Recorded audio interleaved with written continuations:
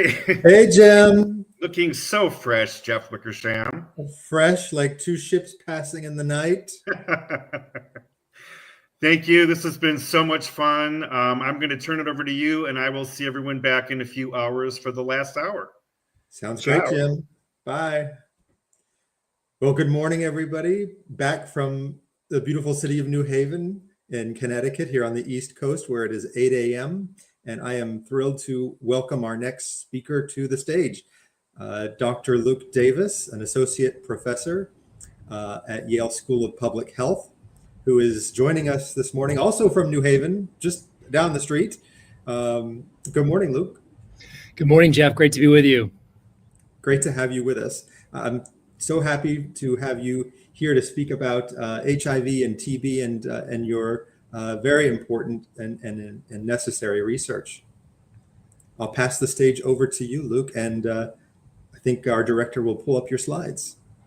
Thanks so much. It's wonderful to be with everyone this morning. And as we kick off hour 22 of the 24 Hours to Save AIDS research, I'm really pleased to be able to talk to you today about some work that I've been doing with colleagues in Uganda over the last 15 years to understand TB and HIV care and how they can be integrated in high burden settings.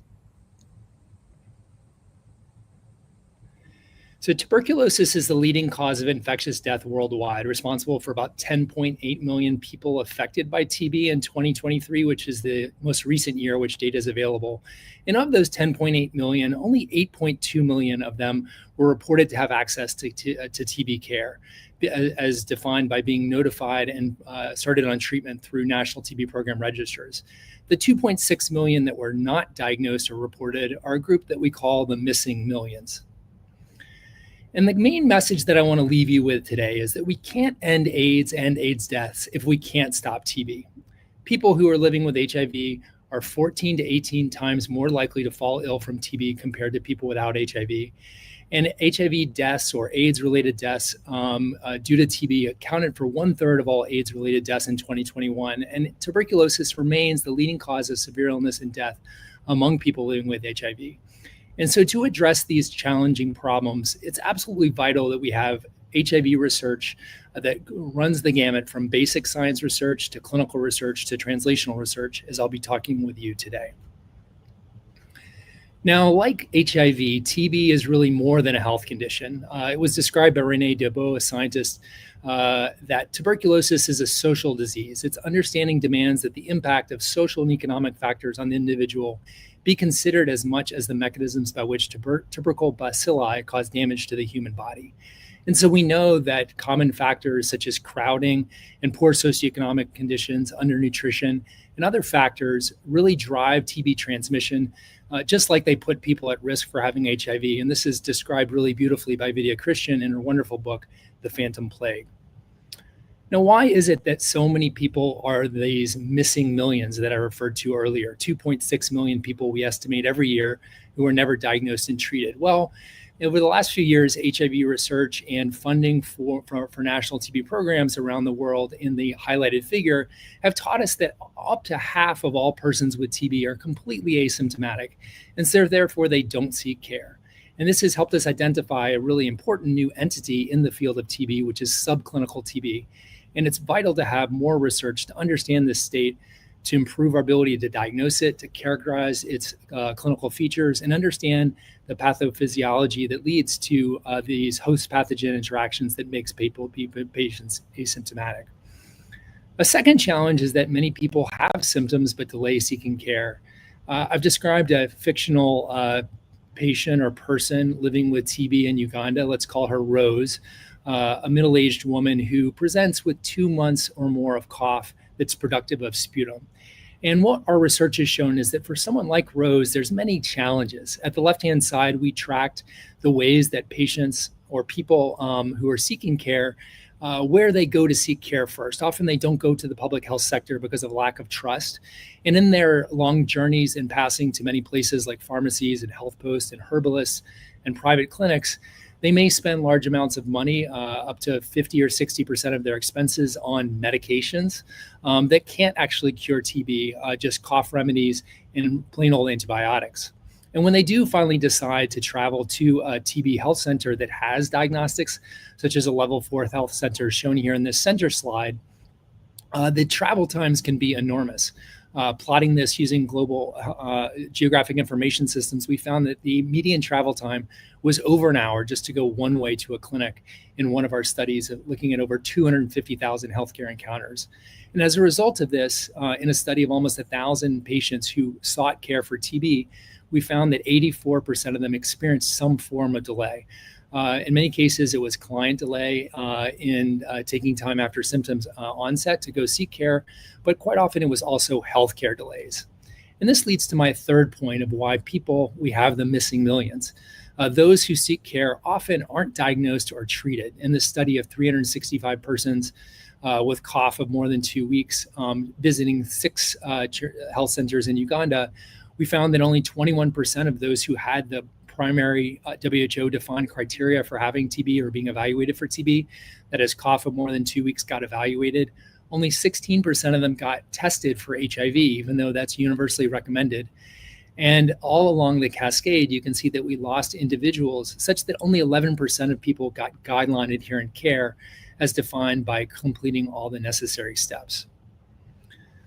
So this really brings in the role for implementation science. This is a slide, a cartoon that I love, which shows perhaps some researchers, perhaps some members of the community sitting around a table, and someone standing up at the head of the table saying, the latest research shows that we really should do something with all of this research.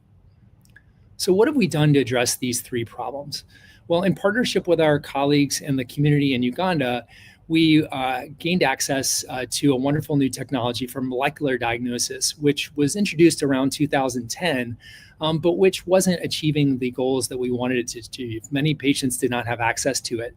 And as I showed you in the earlier slide, very similar to that, we conducted a cluster randomized trial in 24 health facilities in Uganda, looking at not just introducing a new point of technology, but also adding on a really important streamlining of clinical, laboratory, and pharmacy workloads, and a monthly performance feedback session to allow healthcare workers using this new technology, which involved placing these gene expert devices on site at the health facilities and not a motorcycle ride away. And what we found is that it was a 56% increase in the proportion of people that were diagnosed and started on treatment within 14 days of evaluation, as compared in the other 10 sites where sputum microscopy and referral to these hub centers was necessary. And importantly, we also showed an increase in the proportion HIV tested. A second thing that I identified in my earlier comments is that many people don't have symptoms or may not seek care because of the costs involved. And so contact tracing, a WHO recommended intervention since 2012, involves index persons who have been diagnosed with TB being asked to identify their contacts, arranging for these contacts to be screened in some fashion, typically by having them come back to a clinic. And then those who are symptomatic getting evaluated and treated with WHO recommended diagnostic tests.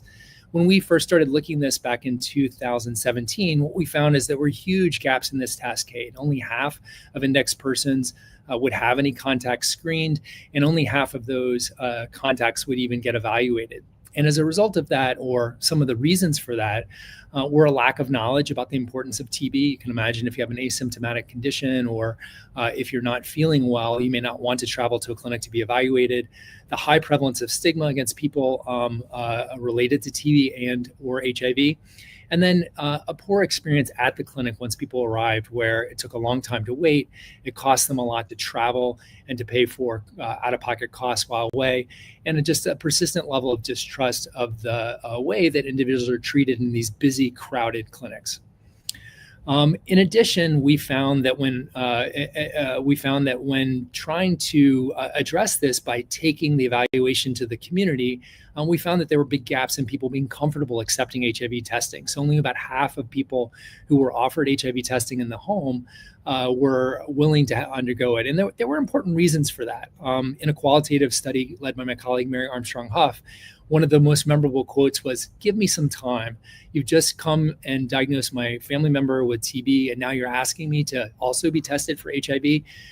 They're often afraid. And so we've conducted a series of research to try to normalize the idea of HIV testing, to promote pro-social behavior in the household, and to make it easier to test by using salivary testing, and shown that that can greatly increase the proportion of people who accept a TB test up to 99%.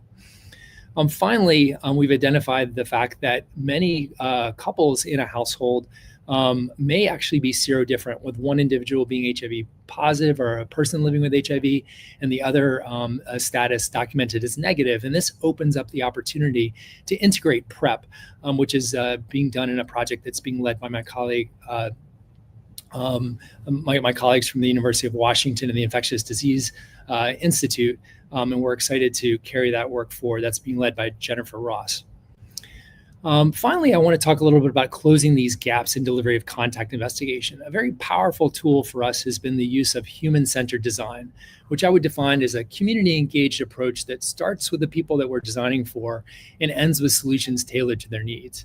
Now, there's lots of participatory approaches that work well, and I've had a chance to use different ones in different settings, but human-centered design is incredibly creative, as you can see from the photographs at the right-hand side, which involves often creating pieces of art, conducting games or thought experiments with group members.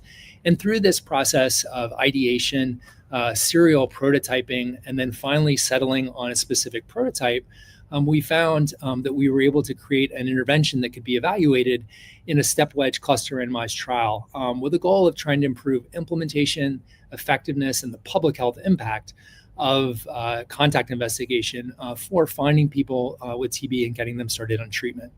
And you can see here a randomization ceremony where the representatives of these clinics presented to be assigned to the order in which they would be kicking off in the trial. So what strategy did we test in the trial? I already told you that the standard TB contact investigation approach, which just involved asking index persons if they had contacts, inviting them to come to the clinic, or even sending community health workers to the home, and then asking those individuals to come back to get evaluated and treated, had huge gaps in terms of our ability to reach people and get them the care that they needed. And so with user-centered contact tracing, we were able to introduce a number of tools, including a TB 101 booklet, which you can see explains the diagnosis of TB in a way that an index person can explain it to their household members, to let them know that it is curable, that there is treatment, and it's not something to be afraid of, and that they can understand better how to manage it. We also put in a tool in place to make sure that we could capture all the many contacts that people had been exposed to. Third, and very importantly, we developed a brand called Tule Wamunawe. Tule Wamunawe is a Uganda expression, which means we are together with you. And it helped address the fact that many different members of the team were involved, and to build trust by recognizing this discrete logo, which couldn't be recognized necessarily as a service to provide TB HIV care, but it was able to build hope and trust between the clinic and the community. We also used a sputum collection video, motorcycle riders to help individuals in the community get back to the clinic, and sputum collection and HIV testing kits. And through this, we were able to make important gains at each step, each of these three steps. We increased the proportion of people who accepted invitations by 27%. We enumerated 50% more contacts and encountered 23% more. And as a result of this, at the final stage, an additional 38% of individuals who were symptomatic completed evaluation. When we summarized all of our findings and looked at our primary outcome, we found that we were able to almost double the proportion of people at the top line who completed evaluation, from 48% to 86%, surpassing the original recommendation of WHO that more than 80% of household members who are symptomatic be evaluated. In addition, we were able to increase the proportion of people diagnosed and treated for TB from 1.25% up to 3.25%, an over 2.6-fold increase. And when you take together all the interventions at all levels of the cascade, this led to approximately a 7-fold increase after you take into account some of the time effects. So this shows that contact investigation can make a meaningful impact on diagnosis of TB disease. And one of the things that we're going to be moving on to now in the next phase of our research is thinking about how to integrate TB prevention and also HIV prevention, as I mentioned. So to close my comments, user-centered approaches to contact investigation, including HIV testing, are very powerful and can improve the implementation, effectiveness, and impact of HIV/TB case finding and treatment versus standard approaches. And that human-centered design and other participatory design approaches really need to be evaluated to improve implementation of TB and HIV services. I'd like to acknowledge a wonderful team of investigators in Uganda and at our partner institutions in the US, including many folks here, and especially our funders at the National Institutes of Health through an R1 grant from the National Institute of Allergy and Infectious Diseases, and through very important Fogarty training programs that gave the opportunity for many of our team members to advance their skills and research careers. I'll just close by seeing if you have any questions and just encourage you to support HIV/TB research in Africa. I've highlighted 2 organizations that I work with that are doing great work to advance training, research, and public health impact.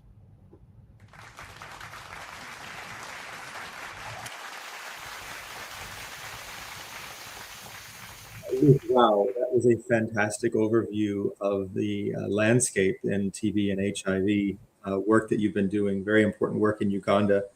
I'm very struck by your opening statements about how we can't stop AIDS if we don't stop TB. These are inextricably linked epidemics, and dealing with one requires managing the other. A third of all AIDS-related deaths being due to tuberculosis is also incredibly stunning statement as well. We've got some great comments over in the chat. They'll be popping up. I think there's a couple of questions as well. I'd like to just start with a quick question about the importance of the human-centered design approach. A lot of the times we hear from folks saying, well, we already have the tool to address the disease or the comorbidity or whatever it is, so just go do it. But the human-centered design approach acknowledges that one size doesn't fit all. Could you speak to the importance of funding to invest in those kinds of studies that adapt and design studies, design interventions that work in those unique settings, and how that funding is essential? Well, Jeff, I mean, we live in an era of rapid innovation in the way many services are provided. I think especially outside the health space, if we think about focusing on consumers, and we see that in Africa very rapidly in lots of areas like delivery services and cellular phones. But unfortunately, that hasn't filtered its way into public health. We see the same thing here in the U.S. A lot of times we're behind in the way that we provide care. We don't present it. We present it in ways that we try to make it acceptable. But what I'd like to say is that acceptable is a very low bar. We don't have that bar in any other place. We want to make it desirable, exciting, fun, enjoyable. And I think human-centered design is an approach that I think is very achievable just by bringing people with a design background into public health teams, into research teams. There's lots of people, even with a little bit of amount of training, can make a huge difference in the way researchers think about it. And really, it just starts by making sure the ideas aren't starting with us, but really starting with the community. And then we can help them fashion them into ways that are workable and practical and hopefully affordable. Yeah, absolutely. Over in the comments, I see some really great comments about I think, thank goodness for the Fogarty Institute, coming from Margaret. And up on the screen, we have a question from Lorenzo Williams, who writes, why did you not implement a directly observed therapy program? What would have been your barriers? Yeah, it's a great question. So directly observed therapy, is nominally a standard part of TB treatment in many places, but we know that given how busy it is, we've done other studies showing that education and counseling rarely happens, and there really isn't the support that's needed for these family members to provide directly observed therapy. There's a big revolution that's going on now in digital adherence therapy, which we're going to be exploring going forward. The one reservation that I have about this is that I think a lot of these programs are emphasizing the surveillance part of directly observed therapy, not the supportive part. And we really want to make sure that we're providing tools that are useful to participants. Some of the preliminary data suggests that participants really love these digital pill boxes, which can be purchased for as little as $1 a piece and kind of maintained for about $1 a month. And so we're hoping to look at that in a couple of different studies going forward about ways that we can support people in their adherence journeys. Well, Luke, we are at about the 21 minute after 8 mark, and I just want to say a very heartfelt thank you for providing such a beautiful, thorough, and important overview of the landscape of your HIV/TB work and the importance of TB in addressing the HIV epidemic and ending the HIV epidemic. So thank you. Thank you, Jeff. My pleasure. All right. I think we have one testimonial video that we're going to get to watch here. Let's put that up on the screen. One testimonial video from Christopher Archiopoli. AIDS research saves lives. I am living proof of that. Growing up in the 1980s, images of the AIDS epidemic are indelibly etched into the fabric of my childhood. When I was diagnosed with HIV in 2008, I remember holding my head in my hands as the physician who delivered the news awkwardly patted me on the back 3 times and then scurried out of the room to get me the number of an infectious disease doctor. I learned quickly that I was lucky to have received the diagnosis when I did. While my once-a-day pill regimen still had some less than great side effects, they were far better than the outcomes my queer ancestors had grown to expect. Medications have only grown better since then, but we have also grown complacent. The medication is so good that we have forgotten the horrors that HIV and AIDS once wrought in the United States, and still do in many parts of the world. We cannot go back, but we must also be willing to go back to basics, the basics of human connection and communication. We will not win this battle with facts or statistics or information. We will only do so by working to overcome the empathy deficit that has grown over the last 10 years and reconnect to our shared humanity. And thank you to Christopher for reminding us of the importance of that shared humanity. And thank you to Dr. Luke Davis again for that excellent overview. And I'd like to welcome our next guest speaker, Dr. Carmen Logie, professor from the University of Toronto. Carmen, welcome to Save AIDS Research Livestream. Thank you so much for having me. You can hear me okay? You sound great. I hear you great. And thank you. I'll turn the stage over to you and your slides will come up. Wonderful. I'm so excited to be presenting on behalf of our team. I just was listening to the previous speaker who was presenting about Uganda, and so we're continuing on that theme. I've been working with some wonderful colleagues who are listed here, including Dr. Joel Pandey, Dr. Peter Chimbade, as well as Ida Nakatende and Brenda Katisi, as well as some University of Toronto people. And I'll be presenting about the first phase of a mixed methods project we are doing with the ministry, in collaboration with the Ministry of Health, looking at associations between extreme weather events and HIV care outcomes. My slides are made for Mac, so please excuse if there's any strange looking slides like the numbering here. But briefly, in my 13 minutes, I'll be going over some of the background of why are we looking at this, some of our core findings, and ways forward. And so people often ask, because it's still really an emerging field, why do you have to think about climate change and extreme weather events in relationship to HIV and for our talk specifically HIV care? Well, we know that climate change and extreme weather events are directly associated with increased water, sanitation, and food insecurity. Right now, we have over 2.2 billion people who have insufficient access to water. We have over 2.3 billion people who are food insecure globally. We have over 3 billion people who have insufficient access to sanitation. And while these are all extremely devastating and long-standing problems, they are being exacerbated by the impacts of extreme weather events such as drought and flooding. And so a couple of years ago, my team, as the references on the left, did a scoping review of pathways from climate change related factors to sexual health. And so we found 2 main buckets of research. One was on HIV and STIs, and the other was on gender-based violence. We really saw these multi-level impacts through structural impacts, so damage to infrastructure, community level impacts, interpersonal and individual level impacts.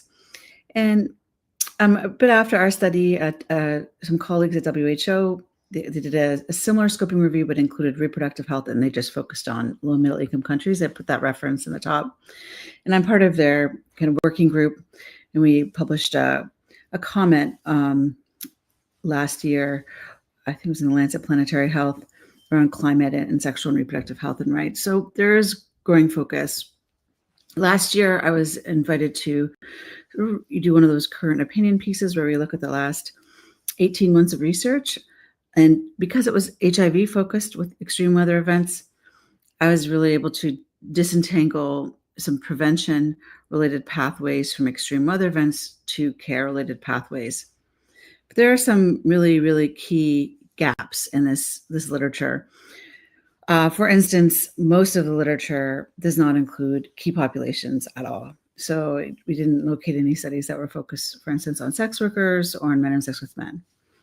So the focus of the work that we've been doing in our mixed method study has really been around looking at key populations living with HIV, so sex workers and men and sex with men, because people who are already socially marginalized, it's even more, the marginalization is even more amplified when you have extreme weather events such as drought and flooding. First of all, because it increases vulnerability and poverty. And second of all, if you already are marginalized and have less access to social resources and social support resources, you have less ability to mitigate the impacts. And then additionally, a lot of the services for disaster response are not tailored for key populations. They're not, for instance, there's some literature around the world around disaster responses are not tailored for instance, LGBTQ folks. So anyways, this, as I mentioned, this is a mixed method study. We're actually doing the quantitative phase now. And I'm presenting about is the qualitative phase. So this aimed to look at the lived experiences of extreme weather events in the context of well-being and HIV care among young sex workers and men and sex with men living with HIV in Kampala. We did up to the age of 30 years old and between 18 and 30. It says 24. Okay, maybe for the qualitative we did 24. We did expand the age a little bit for our quantitative survey. So this is 18 to 24. And so we did in-depth interviews with 16 people living with HIV, including 8 sex workers and 8 men of sex with men, sampled from a HIV clinic, and we did 20 key informed interviews. We really wanted to talk to people with experience in HIV, experience working with key populations, stigma reduction, and then experience in climate change. And so that was really exciting. And so we were informed by the resource insecurity framework, and we did thematic codebook analysis. So altogether, as I mentioned, we had 36 participants, including young people with HIV. Mean age was 23, and key informants, which were a range of genders, range of expertises in HIV, climate 8, and key populations 4. Yeah, I'm not really going to go into depth about the sociodemographic variables just for the sake of time. And so overall, we found that there were some shared and also distinct pathways from floods and heavy rains and from drought to well-being via increased resource insecurities, so food, water, and sanitation. And then these in turn increase barriers to HIV care engagement, including adherence, as well as increased exposure to vector and waterborne infections. And so when it comes to drought and dry season, prolonged drought led to crop failure and then subsequent food scarcity. Sex workers also noted relying on homegrown produce to maintain health while living with HIV. So a lot of sex workers described having their own gardens, and this food source was lost during drought. And then they often said they would sell their extra food as an additional source of income. So they also lost that source of income. And drought is described as threatening physical health and livelihoods. So one participant described, at home, I grow greens and vegetables, so I'm able to eat and look healthy. And so people won't know that I'm living with HIV. But during the dry season, my crops dry up and we fail to access foods. Another participant described, in the dry season, there's food is out of the market, so there's some food shortages. And another described that in the drought, the food is more expensive. And that can lead to people doing other coping strategies, as this person described, stealing to access sufficient food to survive. And there's also drought and water insecurity. So drought drives up water prices, And then people had to make trade-offs between using water for hydration, hygiene, and cooking. Prolonged water insecurity was described as leading to thirst, disrupted hygiene, and waterborne infections. It could also lead to relocation, so disrupting access to health services if people needed to move to a different region, and increased stigma and discrimination looking for water. So people described when it's dry, we lack water in the toilet, it's going to be difficulties, people are going to get ill. Water is scarce, you might have to walk. This person described you have to move some distance to get water. So where people might normally access water, it might be known in their community or accepted in their community, but then they're needing to walk further distances around different areas of Kampala or surrounding regions that might be more exposed to stigma. And, one of the other participants described, people have to pay for jerry cans of water. And that's, expensive, especially if there's water outages. And so with sanitation and security, participants described social and health challenges, and that this really increased the risk of infections, especially for people with compromised immunity. And women and girls struggle to maintain menstruation hygiene, which then can increase transactional sex for water and menstruation management products. And a lot of times people had to make these very hard trade-offs what to do with water, including cleaning toilets or bathing oneself or drinking water or cooking. And so with extreme heat, it often co-occurs with drought. And so people talked about the extreme heat could lead to dehydration, dizziness, and headaches. People could wait in a long lineup for hours. And participants also discussed the extreme heat at night disrupted their sleep and then made it very difficult to walk long distances, also because they haven't slept and it's very hot. So people were really just talking about increased risk of waterborne infections.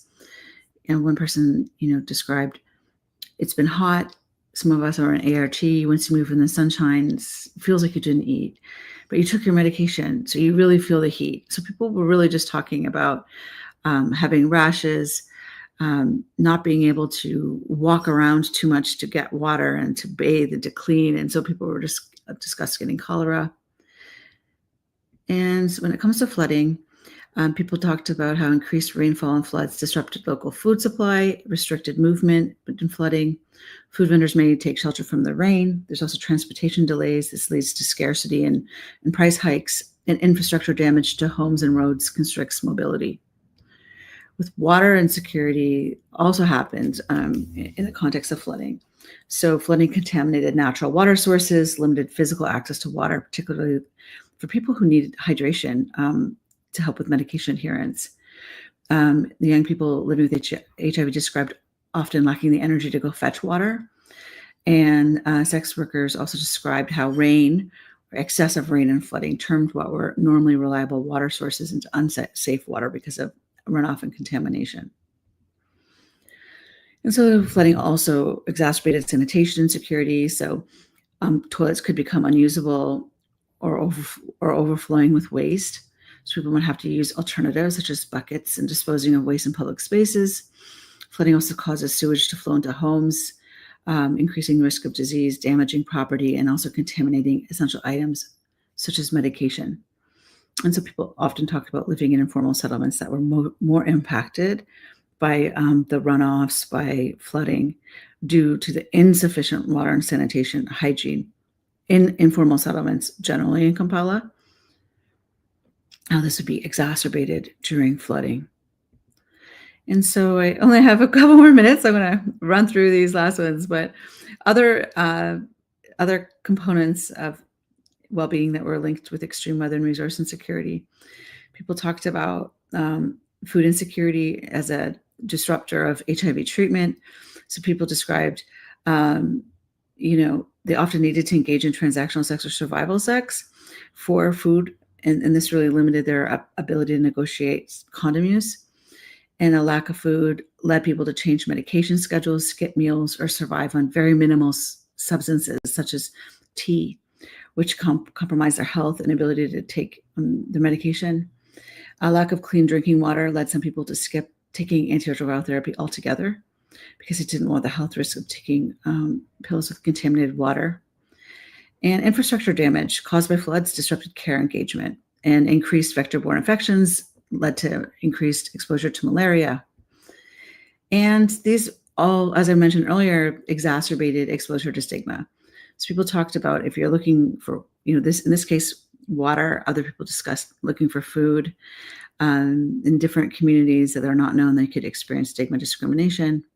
When people aren't feeling very well, are not able to maintain adherence, they might get more symptoms of related to HIV. For instance, one person saying that if they're not able to maintain their health, people might start suspecting they're living with HIV, and then they experience more stigma. So I know I'm out of time, so I just want to say, in sum, we need to think about these experiences in flooding and drought, links to resource insecurity, and we need climate-informed HIV care cascade approaches that address co-occurring health and survival challenges, integrated with wash access as a human right as well. And, you can read more in our articles. And I just want to say also a focus on strengths, disaster resilience, and well-being beyond disease.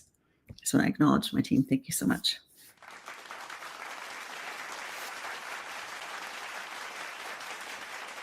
Carmen, thank you. Thank you so much for that fantastic overview of your work in Kampala and highlighting the relationship between the growing threat of climate change and extreme weather events and HIV care.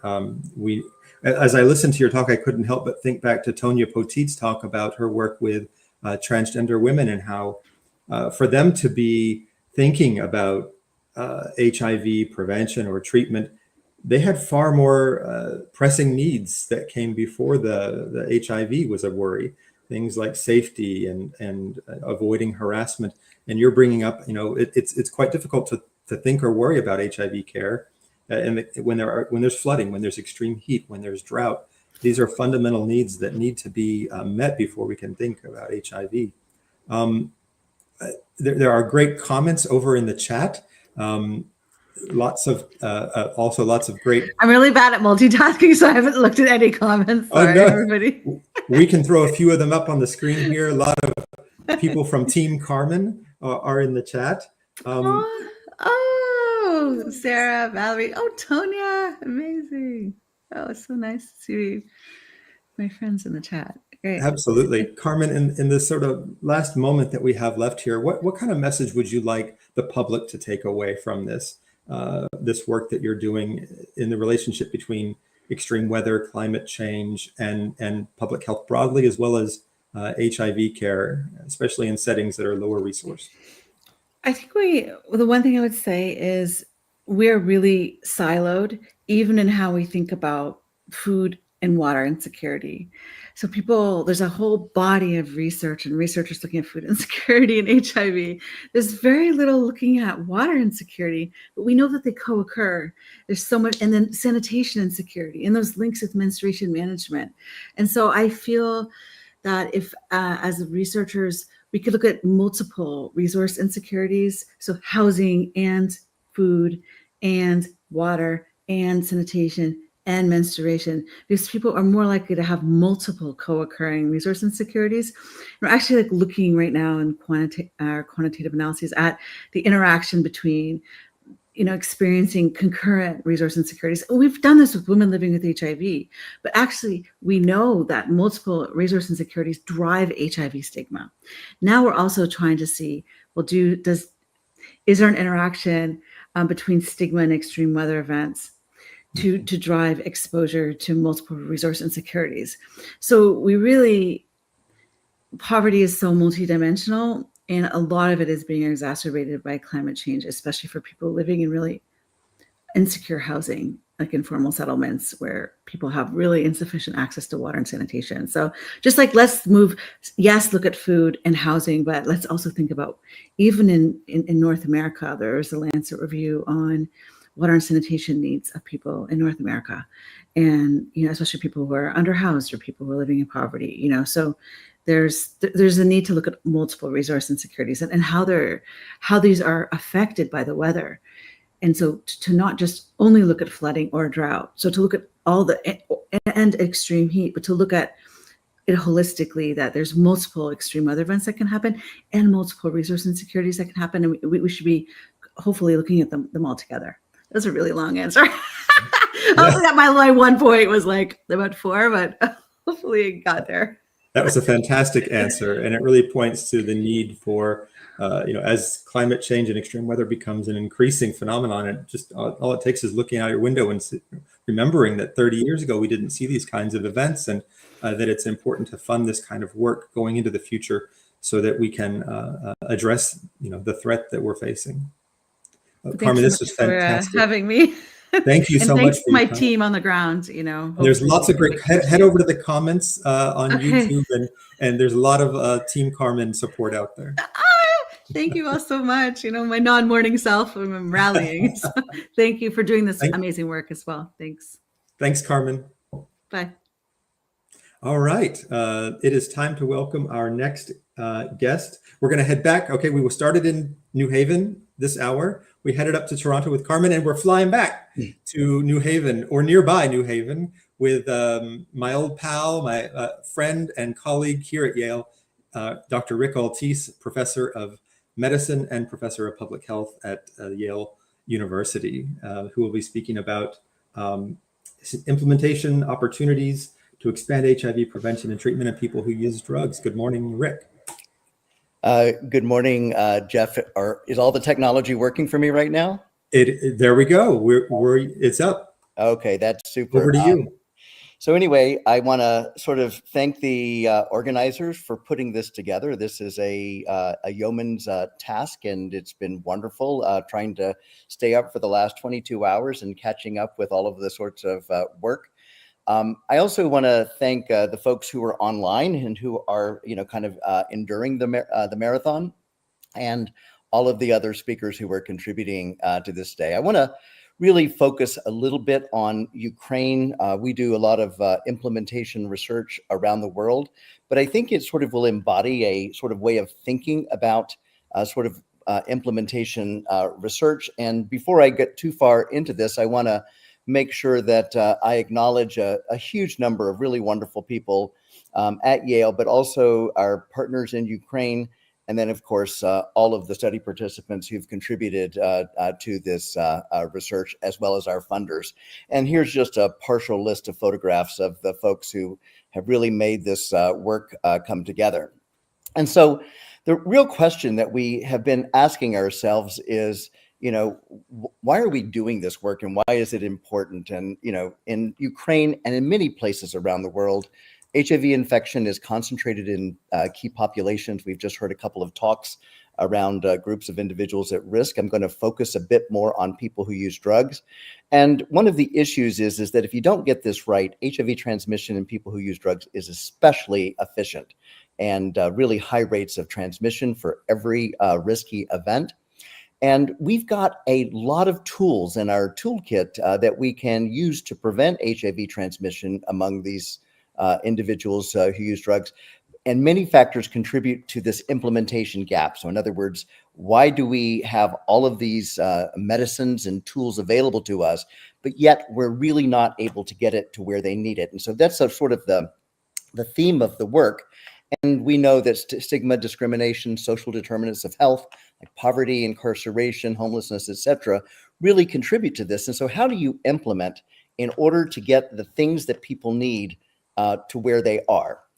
So here is just a partial list, but some of the most important tools that we have in our HIV prevention toolbox: syringe services programs, pre-exposure prophylaxis, opioid agonist therapies, where we really need to get to at least 20% and preferably to 40% of the population, and HIV treatment as prevention. And we've had a number of talks over the last 22 hours or so that have really begun to sort of talk about these in other key populations. But what's really important is some of the science that's been driving this is the fact that if you can get patients on opioid agonist therapies, which include medications like methadone and buprenorphine, then it really has a profound effect on HIV transmission if we sort of use the U equals U paradigm for these individuals. So there's no doubt that methadone and buprenorphine are effective. They're effective in terms of treatment retention, overdose, and death, a lot of, let's say, non-HIV related factors, but also it improves a number of social factors. And It really is very effective at HIV transmission. It reduces it by 59%. So the question is, that if you have this unique population, how do you get these medications to them in a setting where not only is there high stigma and discrimination, but indeed that there is high low engagement in care for a number of reasons. Here's some really good work, and I want to feature some of my former and present trainees in the work that they've been doing. But Dan Bromberg, who is one of our postdoctoral fellows during his doctoral work, he really showed this very important relationship that for patients who have HIV and who get on methadone, they are significantly more likely to succeed along the entire HIV treatment cascade. And pointing to the notion that viral suppression leads to decreased transmission, you can see that there's at least a twofold gap in individuals with HIV who are virally suppressed, which has these sort of secondary benefits for HIV transmission. So you think about it as a 1-2 punch with regard to knocking out HIV in the setting of continued risk behavior. And the problem is that in a place like Ukraine, but it's true in the US and in almost every place in the world, there's a huge treatment gap. So there's 2.6% of people who inject drugs who actually get opioid agonist therapy. And remember, our target is at least 20% and preferably 40%. Here's some work by one of our medical students, and I'll just sort of acknowledge Jeff in terms of doing some of this work that he's been sort of helping us think about this. But this is a study among clinicians. These are HIV experts in Ukraine, over 200 of them, and we surveyed them to really try to understand, who they would give medication to now. That's sort of the recommendation that any person who's diagnosed should go right onto therapy. And you can see that people who inject drugs, they are 20% of them actually said that they would withhold therapy right now because they don't believe that their patients are stable. But one of the reasons to sort of help overcome that is if they get onto opioid agonist therapy, they're half as likely to not defer therapy, on their patients. And this has been borne out in other places around the world, including in the US and in Malaysia, where this work has also been published. So really thinking about how do we create resilient systems of care that really bypass this sort of decisional conflict around providing treatment. So here's our implementation gap that we're trying to close. We've got about 2.6% or 8,000 patients on treatment when we began this work.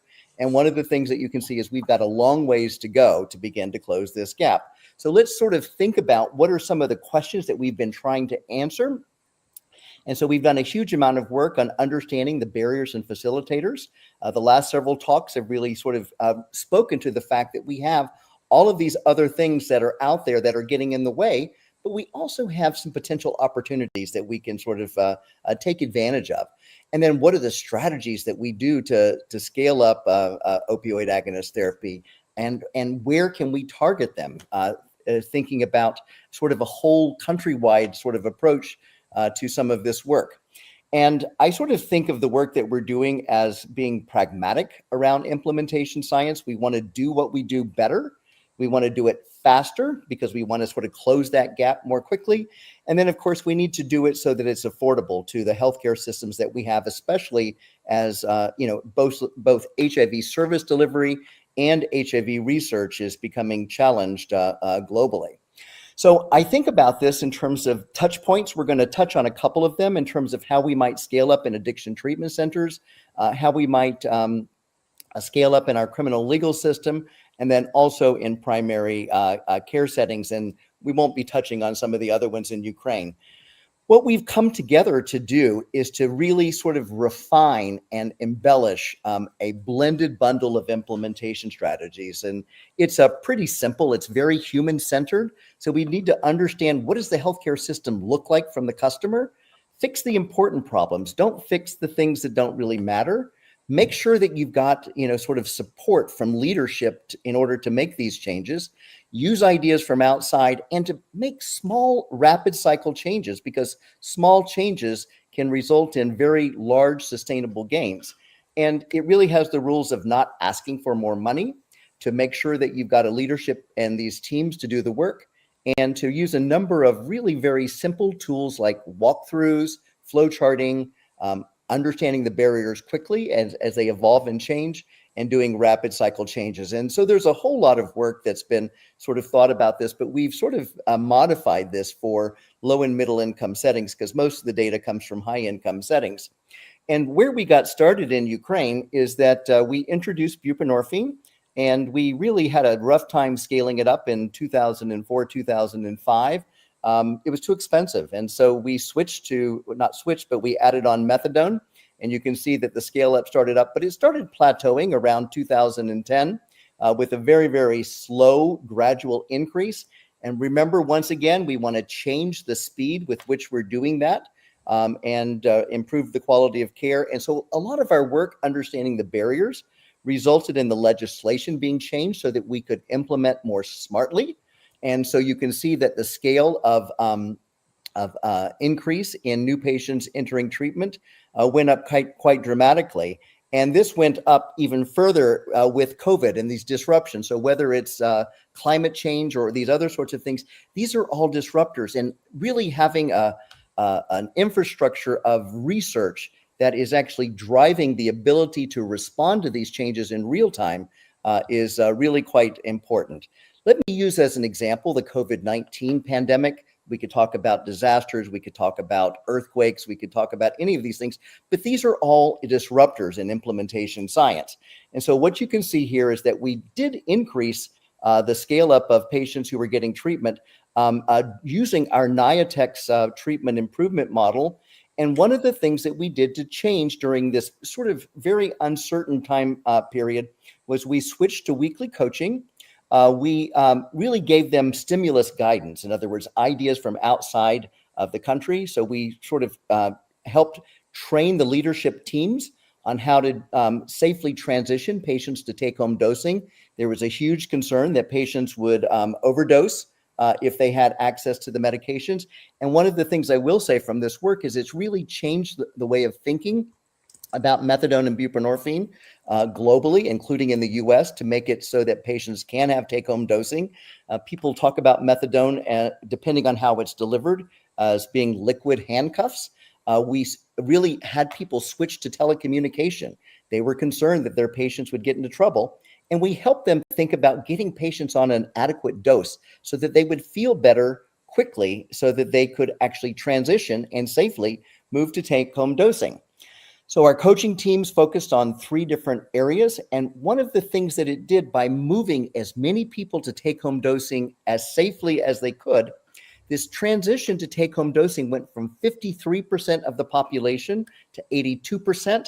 And what that translated to was that they had 1.2 million fewer visits, which translated to about 86,000 hours of extra time that was available, which they could translate into identifying and enrolling new patients. So once again, being able to do things faster, more affordable, and better. What we found was, and there were concerns that patients who were sort of transitioned like this would have lower treatment retention, that is, they would drop out for treatment. But indeed, actually, treatment retention went up by about 10%. And there was concern that patients would take their take-home methadone and overdose on it because they were stressed out and die, but mortality did not increase. So it really shows that you're actually doing a much better job. You're getting more patients on it, more patients staying on it, and you're not doing harm under these types of situations. Now, it's not unfamiliar to most people that Ukraine is still in the midst of a disruption, and that is the issue around war and the rapid changes that had to happen. And I will say that this is a country that moved very quickly to sort of really sustaining their addiction treatment as HIV prevention throughout the country. What they did was they further increased take-home dosing from 82% of the population to 93%. And you can see that there was an initial disruption because many people left the front lines and they went to the other parts of the country. But because of the tools that they had learned, they were able to continue to rapidly do that. And this is the team of folks who met on Zoom every week in order to really come up with strategies to move patients quickly. I will say that moving into primary care clinics, there's been a body of work This is some work that we did across the country in a cluster randomized trial. And really the bottom line is that if you can move methadone out of these specialty clinics, it reduced stigma dramatically, both for providers and for patients. But importantly, patients got more quality health. That is, they sort of were able to get access to primary care and addiction treatment at significantly higher levels without compromising the addiction treatment outcomes. That is, patients stayed on treatment even better, and more of them were able to move to take-home dosing. Now, in terms of thinking about other touch points, we've got a couple of places we've done some similar work in prisons, and we went from 0 patients on methadone in the prison to being able to move them to about a third of the patients who got onto treatment who had opioid use disorder, which translated to a lot of patients who could get access to treatment.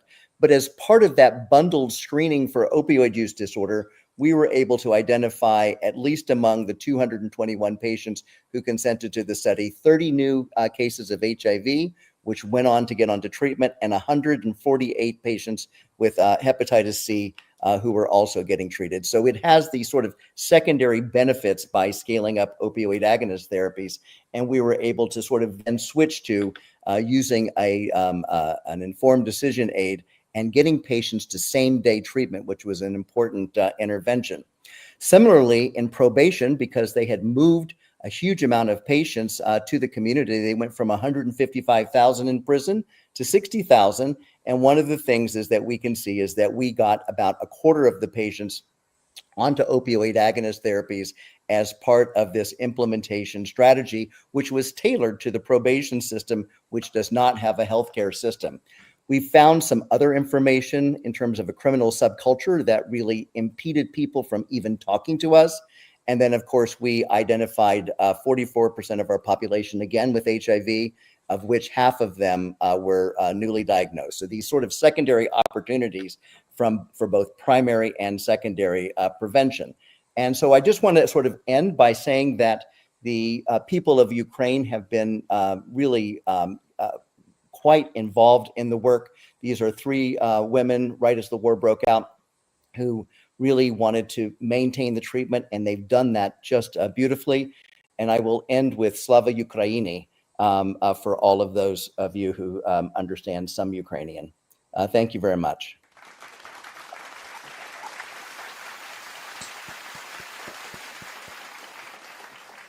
Rick, wow, just wow. What a fantastic overview of all of the work you're doing across the globe. First, I want to highlight that in the chat, there is some serious Team Rick love going on, and I'm seeing comments from colleagues and former trainees, former faculty from Yale, and it's so nice to see all that love. Just a couple of thoughts from myself here. You really highlighted the importance of systems and how to integrate interventions into this systems environment, especially with your work on NIATEX, and to not underestimate the value of small changes. Small changes can deliver big results, especially when you're talking at the systems level. We have just about a minute left, and I want to see if there's a chance to take a look at any questions in the, oh yeah, your live closed captioning was terrific.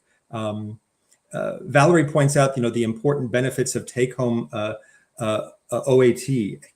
I mean, it took the pandemic to get us to try something different. Well, and it's fascinating, Jeff, that these lessons from these global health partners where people are forced to do things with less resources have really great translation back to the US. The policies on methadone take-homes completely changed during that time period, which has had a sustainable benefit here in the US. These short-term policies are now permanently involved. And so our HIV prevention has benefited from our global research. And this research actually had a fair amount to do with sort of changing the policies here in the US. That's fantastic. It is now 9 o'clock. We have come to the end of hour number 22. And I'm just so pleased to be sharing the stage with Rick, my own mentor for 20 years now, something like that. So what an honor it is to share the stage with you, Rick, and to close out this hour with you. Thank you so much. So much. So good to have everybody here. Thank you, Rick. Thank you. Why don't we dance our way out of hour 22 and into hour